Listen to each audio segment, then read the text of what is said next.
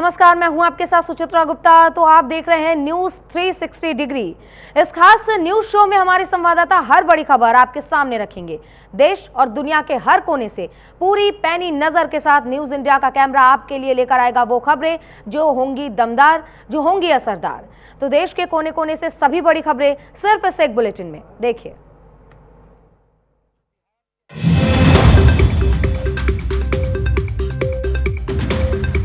बिहार विधानसभा के अंतिम चरण के मतदान के लिए आज प्रचार का शोर थम गया। बिहार के 20 जिलों के 122 सीटों पर 11 नवंबर को वोट डाले जाएंगे। ऐसे में अंतिम दिन में सभी दलों ने अपनी पूरी ताकत दिखाई। वहीं 20 जिलों के जिन क्षेत्रों में वोट डाले जाएंगे उसमें पश्चिमी चंपारण बिहार, पूर्वी चंपारण बिहार के बगहा, बेतिया, वाल्मीकि नगर समेत 20 जिले शामिल हैं। ऐसे में सुरक्षा व्यवस्था के भी तगड़े इंतजाम किए गए हैं। बिहार विधानसभा चुनाव के दूसरे और अंतिम चरण के मतदान से पहले प्रचार अभियान थम गया है। अब चुनाव आयोग के निर्देश के मुताबिक किसी भी प्रकार की जनसभा, रैली या रोड शो पर पूरी तरह से रोक लग गई है। दूसरे चरण में राज्य के 20 जिलों की 122 विधानसभा सीटों पर वोट डाले जाएंगे। इनमें पश्चिमी चंपारण, पूर्वी चंपारण, सीतामढ़ी, शिवहर, मधुबनी, सुपौल, अररिया, किशनगंज, पूर्णिया, कटिहार, भागलपुर, बांका, जमुई, नवादा, गया, औरंगाबाद, जहानाबाद, अबरल, कैमूर और रोहतास शामिल हैं। इन सभी जिलों में मतदान की तैयारियां जोरों पर चल रही हैं। चुनाव आयोग ने मतदाताओं की सुविधा और सुरक्षा के लिए विशेष इंतजाम किए हैं। मतदान केंद्रों पर सुरक्षा बलों की तैनाती बढ़ा दी गई है तो राजनीतिक दलों ने प्रचार के अंतिम दिन अपनी पूरी ताकत झोंक दी। नेताओं ने जनसभाओं, रोड शो और नुक्कड़ सभाओं के जरिए मतदाताओं को अपने पक्ष में करने की कोशिश की। अब प्रचार खत्म हो चुका है और सभी की नजरें वोटिंग वाले दिन पर टिकी हैं। दूसरे चरण के मतदान के बाद ये तय होगा कि बिहार की सत्ता की चाबी किसके हाथ में जाएगी।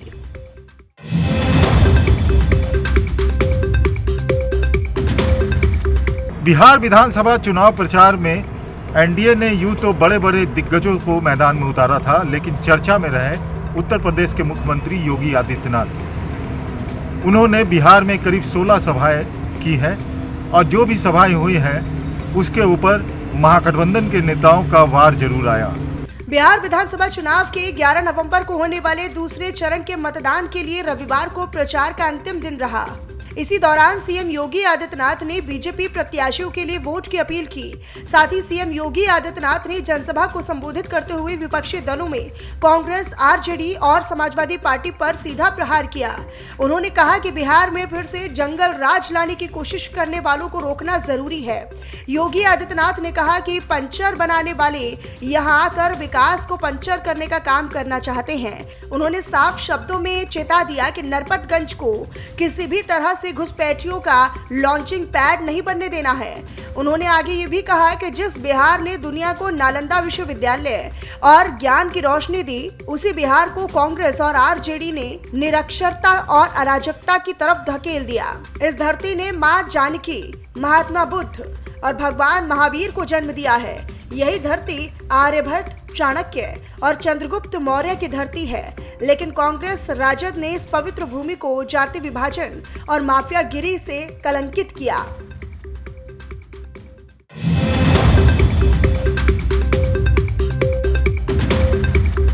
बिहार विधानसभा चुनाव 2025 में बिहार के डिप्टी सीएम सम्राट चौधरी भी विपक्ष के निशाने पर रहे। आरजेडी, कांग्रेस या फिर कोई भी और महागठबंधन के घटक दल हो, उन्होंने सम्राट चौधरी के ऊपर कई गंभीर आरोप लगाए हैं। इधर सम्राट चौधरी ने भी महागठबंधन पर पलटवार करने में देरी नहीं की। उन्होंने बहुत आक्रामकता से लालू प्रसाद यादव और उसके पूरे परिवार पर काफी गंभीर आरोप लगाए और करारा वार किया है। बिहार के उप मुख्यमंत्री और बीजेपी नेता सम्राट चौधरी की मुश्किलें बढ़ती नजर आ रही हैं।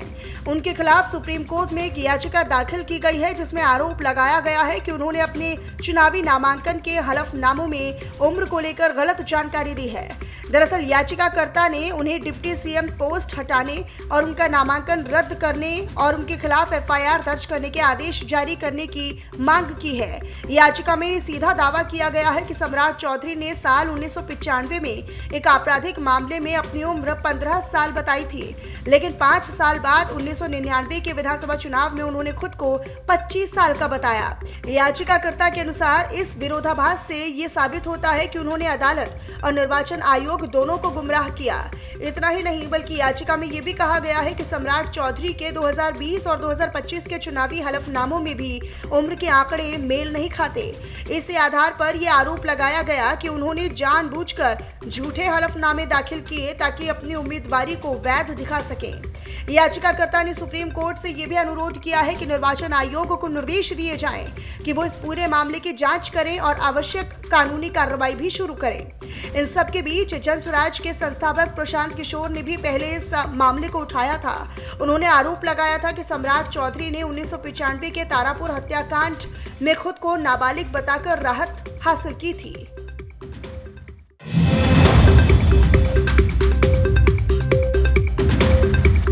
तेज प्रताप यादव को Y+ सुरक्षा प्रदान की गई है।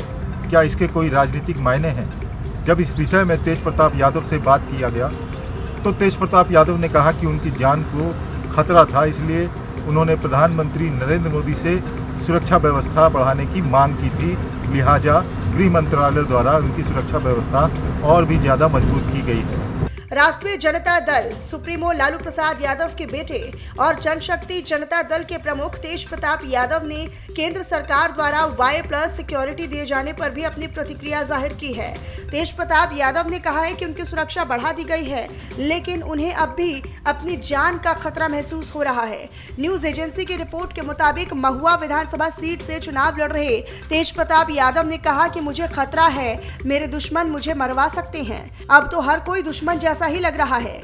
हालांकि उन्होंने ये खुलासा नहीं किया कि उन्हें दुश्मन कौन लग रहा है या फिर उनके दुश्मन कौन है या उन्हें किससे खतरा है। तेज प्रताप यादव को पिता लालू प्रसाद यादव द्वारा पार्टी से निष्कासित किए जाने के बाद उन्होंने अपनी पार्टी बना ली। उन्हें आरजेडी से 6 साल तक के लिए उस वक्त बाहर कर दिया गया था जब उन्होंने एक महिला के साथ अपने संबंधों को लेकर सोशल मीडिया पर पोस्ट किया था। निष्कासन के बाद तेज प्रताप यादव ने अपनी नई पार्टी जनशक्ति जनता दल का गठन किया और बिहार विधानसभा चुनाव में महुआ सीट से चुनावी मैदान में है।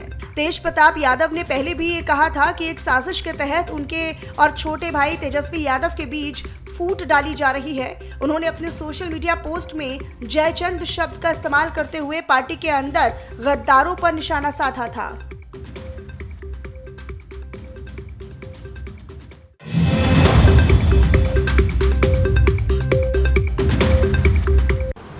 उत्तराखंड राज्य अपना 25वां रजत जयंती वर्ष मना रहा है। इसी क्रम में राजधानी देहरादून के FRI में मुख्य कार्यक्रम आयोजित किया गया, जिसमें प्रधानमंत्री नरेंद्र मोदी खुद शिरकत करने के लिए पहुंचे। इसके साथ ही 8,260 करोड़ रुपए की योजनाओं का शिलान्यास और लोकार्पण प्रधानमंत्री ने किया। वहीं प्रधानमंत्री ने अपने संबोधन की शुरुआत गढ़वाली और कुमाऊनी भाषा से की। इसके साथ ही पिछले 25 वर्षों की जो यात्रा उत्तराखंड की रही है उसे सहारने का काम प्रधानमंत्री ने किया और इसके साथ ही आने वाले 25 वर्षों के लिए रोडमैप तय करने की भी बात कही। प्रधानमंत्री ने अपने संबोधन के दौरान कहा कि अटल ने इसे बनाया है और हम संवारने का काम करेंगे। इसके साथ ही उत्तराखंड में जो योजनाएं चल रही हैं और विकसित उत्तराखंड बनाने के लिए भारत सरकार हमेशा उत्तराखंड के साथ खड़ी है। उत्तराखंड राज्य के गठन को रविवार को 25 साल पूरे हो चुके हैं। इस सिल्वर जुबली के मौके पर देहरादून में हुए खास कार्यक्रम में प्रधानमंत्री नरेंद्र मोदी ने भी हिस्सा लिया। उन्होंने उत्तराखंड को 8,000 करोड़ से ज्यादा की विकास कार्यों की सौगात दी। उन्होंने प्रदर्शनी का भी अवलोकन किया। ऐतिहासिक FRI मैदान में PM मोदी को सुनने के लिए वहां 1 लाख से ज्यादा लोगों की मौजूदगी थी। उत्तराखंड सरकार का अमृतकाल में विकसित उत्तराखंड के विजन पर जोर है। मालूम हो कि उत्तराखंड 9 नवंबर 2000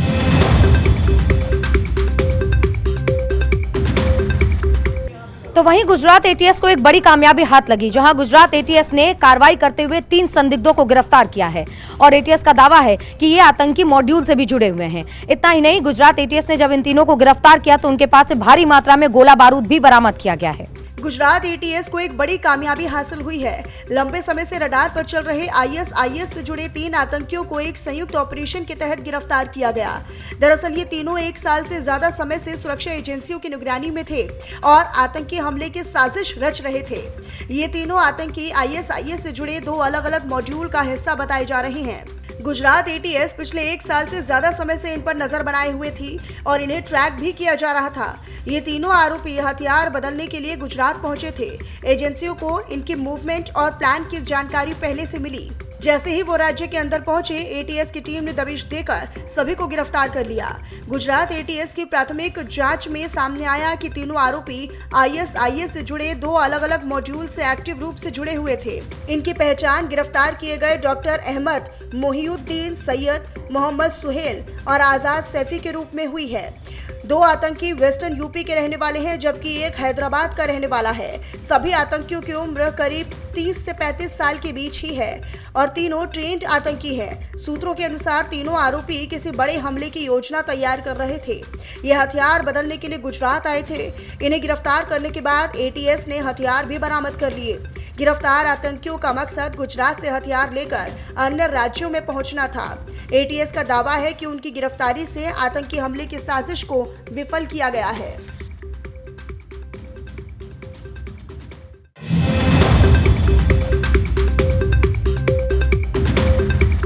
जम्मू कश्मीर के पहलगाम में हुए आतंकी हमले के बाद सेना और पुलिस मिलकर जम्मू कश्मीर के अलग अलग स्थानों पर सर्च ऑपरेशन को अंजाम दे रही है। इसी क्रम में कई बड़े आतंकवादियों को भी ढेर किया गया है, लेकिन कठुआ ज़िले में 2 पुलिस अधिकारियों को बर्खास्त किया गया है जो कि आतंकवादियों से मिले हुए थे। साथ के साथ 2 एसपीओ पुलिस कर्मियों को भी गिरफ्तार किया गया है जो कि आतंकवादियों को सूचना देते थे।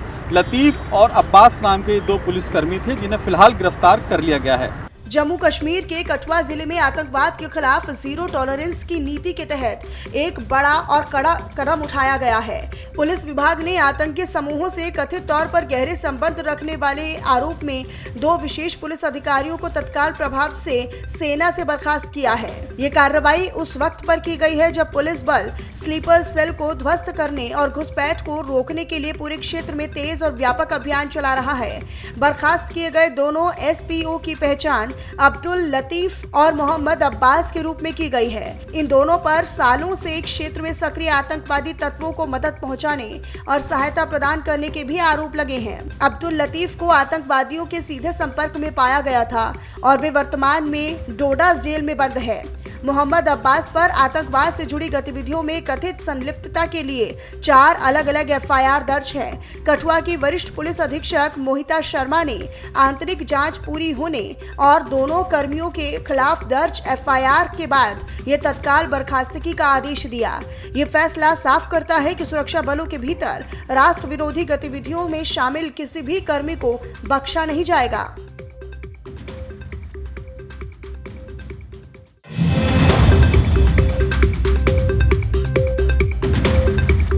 बेंगलुरु में एक कार्यक्रम के दौरान संघ प्रमुख मोहन भागवत ने बड़ी प्रतिक्रिया दी। संघ पंजीकरण को लेकर ये पूरी बहस चल रही थी, तब मोहन भागवत ने कहा कि 1925 से संघ जो है सेवा दे रहा है और ब्रिटिश काल से ही संघ को किसी भी प्रकार के रजिस्ट्रेशन की आवश्यकता नहीं पड़ी। आखिरकार ये विवाद क्यों बढ़ता जा रहा है? संघ प्रमुख मोहन भागवत ने क्या कुछ कहा, आइए आपको बताते हैं। बेंगलुरु में कार्यक्रम के दौरान राष्ट्रीय स्वयंसेवक संघ के प्रमुख मोहन भागवत ने संगठन के पंजीकरण को लेकर चल रही बहस पर अपनी प्रतिक्रिया दी।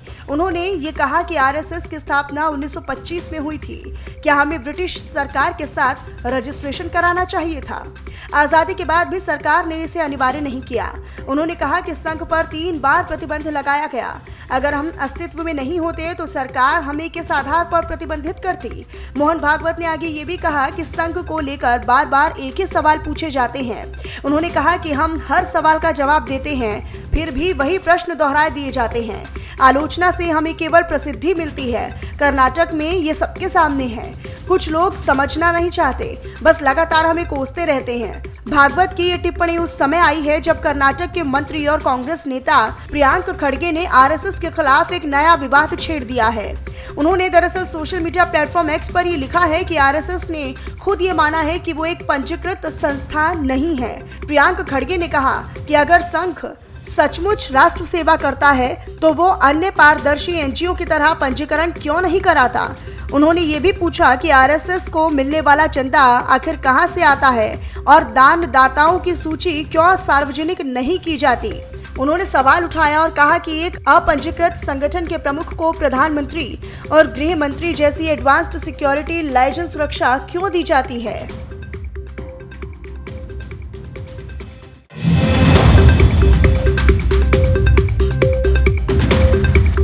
जालोर जिले के रानीवाड़ा उपखंड क्षेत्र के जसवंतपुरा में अचानक रोड पर चल रही थार गाड़ी में आग लगने के कारण जो है मौके पर ही गाड़ी जो है वो जलकर खाक हो गई। घटना के बाद थानाधिकारी गुमान सिंह भाटी, तहसीलदार नीरज कुमारी मौके पर पहुंचे और घटना स्थल का जायजा लिया। बता दूं इस मामले में जो है जानहानि कोई ऐसी सूचना नहीं आई है, लेकिन ये कारण बताया जा रहा है कि लगातार आए दिन ऐसे मामले होते हैं, आगजनी की घटनाएं होती है, लेकिन रानीवाड़ा क्षेत्र में दमकल की गाड़ी नहीं होने के कारण अगर वो न तो मौके पर पहुंचते हैं और अगर लोग आग बुझाने का प्रयास करें तो कहां तक, ये देखने वाली बात होगी। राजस्थान के जालौर जिले के रानीवाड़ा क्षेत्र में शनिवार दोपहर एक बड़ा हादसा होते होते टल गया। जसवंतपुरा रेवदर सड़क मार्ग पर चलती थार गाड़ी में अचानक से शॉर्ट सर्किट से आग लग गई। कुछ ही मिनटों में आग ने विकराल रूप धारण कर लिया और पूरी गाड़ी जलकर राख हो गई। घटना की सूचना मिलते ही थानाधिकारी गुमान सिंह भाटी और तहसीलदार नीरज कुमार मौके पर पहुंचे। आसपास के ग्रामीण भी तुरंत मदद के लिए पहुंच गए। ग्रामीणों ने पानी के टैंकर से आग बुझाने की पूरी कोशिश की, लेकिन आग इतनी तेज और भयावह थी कि गाड़ी को बचाया नहीं जा सका। सौभाग्य से हादसे में किसी के हताहत होने की कोई खबर नहीं है। स्थानीय लोगों का कहना है कि रानीवाड़ा विधानसभा क्षेत्र में दमकल की सुविधा नहीं होने के कारण ऐसे हादसों में आग पर काबू पाना बेहद मुश्किल हो जाता है। लोगों ने प्रशासन से मांग की है कि क्षेत्र में जल्द से जल्द फायर ब्रिगेड की व्यवस्था की जाए ताकि भविष्य में ऐसी घटनाओं से बचा जा सके। फिलहाल प्रशासन मामले की जांच में जुटा है और ये राहत की बात है कि कोई जनहानि नहीं हुई है, लेकिन यह हादसा आग सुरक्षा और दमकल व्यवस्था पर फिर से कई बड़े सवाल खड़े करता है।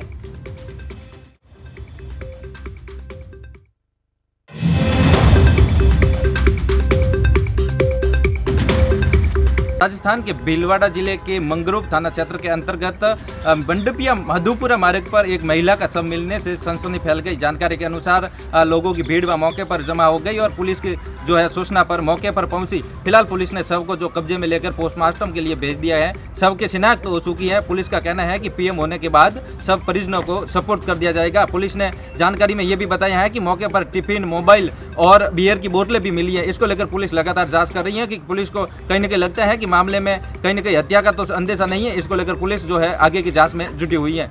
भीलवाड़ा जिले की सबसे बड़ी जेल जिला कारागृह में उस समय हड़कंप मच गया जब वॉच टावर पर एक पुलिसकर्मी का शव मिला। घटना की जानकारी मिलते ही पुलिस और जेल प्रशासन में सनसनी फैल गई। घटना की सूचना मिलते ही पुलिस अधीक्षक धर्मेंद्र सिंह यादव, जेल अधीक्षक शैलेंद्र सिंह का फौजदार, सीओ सिटी मनीष बड़गुजर और कोतवाली थाना पुलिस मौके पर पहुंचे। मामले की गंभीरता को देखते हुए एफएसएल और एमओबी टीम को मौके पर बुलाया गया। शुरुआती जांच में सामने आया है कि आरएसी कांस्टेबल रामकिशोर ने ड्यूटी के दौरान अपनी राइफल से ही गोली मारकर आत्महत्या कर ली। बताया जा रहा है कि कांस्टेबल हाल ही में छुट्टी से ड्यूटी पर लौटा था। फिलहाल पुलिस ने जांच के आदेश दिए हैं कि कांस्टेबल ने ये कदम आखिर क्यों उठाया। शव को जिला अस्पताल की मोर्चरी में रखवाया गया है और पोस्टमार्टम परिजनों के आने के बाद किया जाएगा। अतिरिक्त पुलिस अधीक्षक पारस जैन ने बताया कि वॉच टावर के अंदर कांस्टेबल की डेड बॉडी लेटी हुई अवस्था में मिली। मौत के कारणों की जांच जारी है।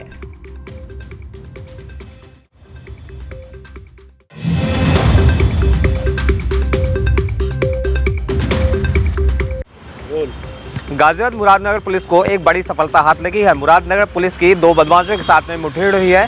दोनों ही बदमाश हत्या के आरोप में वांछित चल रहे थे। दोनों ने अलग अलग मुरादनगर क्षेत्र में 2 हत्याओं को अंजाम दिया था, जिसमें ये वांछित थे। पुलिस ने चेकिंग के दौरान इन्हें रोकने का इशारा किया, लेकिन उन्होंने पुलिस पर फायरिंग कर दी, जिसके बाद में मुठभेड़ में एक बदमाश के पैर में गोली लगी है। दूसरे साथी को गिरफ्तार किया है। फिलहाल पुलिस ने दोनों को गिरफ्तार कर लिया है। इनके कब्जे से चाकू, तमंचा, कारतूस बरामद किया है।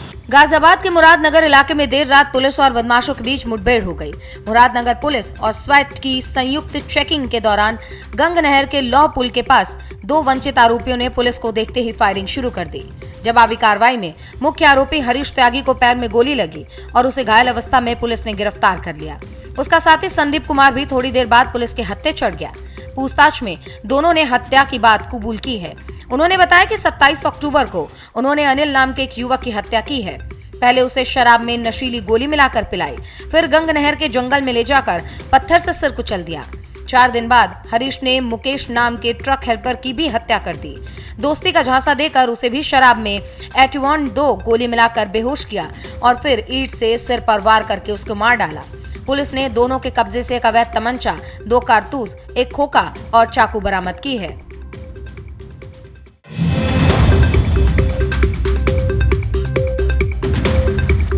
मैनपुरी शहर स्टेशन रोड पर डीएम का चला बुलडोजर। आपको बताते चले कि अतिक्रमण को लेकर दुकानदार अपनी ही दुकान के सामने फड़ लगवा देते और वहीं पर आम लोगों को, जनता को दिक्कतों का सामना करने पड़ता था। और वहीं पर आज मैनपुरी डीएम स्टेशन रोड पर पहुंचे और आला अधिकारी भी मौके पर पहुंचे और उन्होंने आज बुलडोजर की बड़ी कार्रवाई करते हुए तकरीबन 3 किलोमीटर तक उन्होंने बुलडोजर चलवाया। और वहीं पर मौजूद आला अधिकारी में एसडीएम भी मौजूद रहे, सीओ सिटी भी मौजूद रहे और वहीं पर पीडब्ल्यूडी के बड़े अधिकारी भी मौजूद रहे। उत्तर प्रदेश के मैनपुरी जिले में आज सुबह अतिक्रमण के खिलाफ बड़ा अभियान चलाया गया। डीएम अंजुनी कुमार के निर्देश पर शहर के कई इलाकों में अवैध कब्जों पर बुलडोजर चलाया गया। नगर पालिका की टीम और प्रशासनिक अधिकारी मौके पर मौजूद रहे।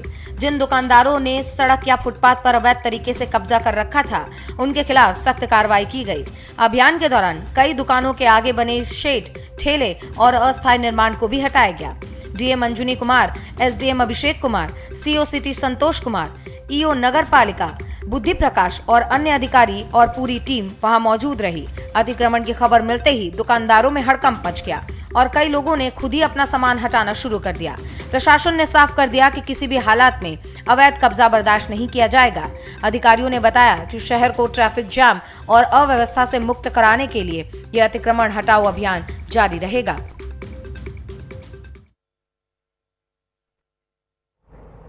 तो फिलहाल के लिए खबरों में बस इतना ही। आप बने रहिए न्यूज़ इंडिया के साथ।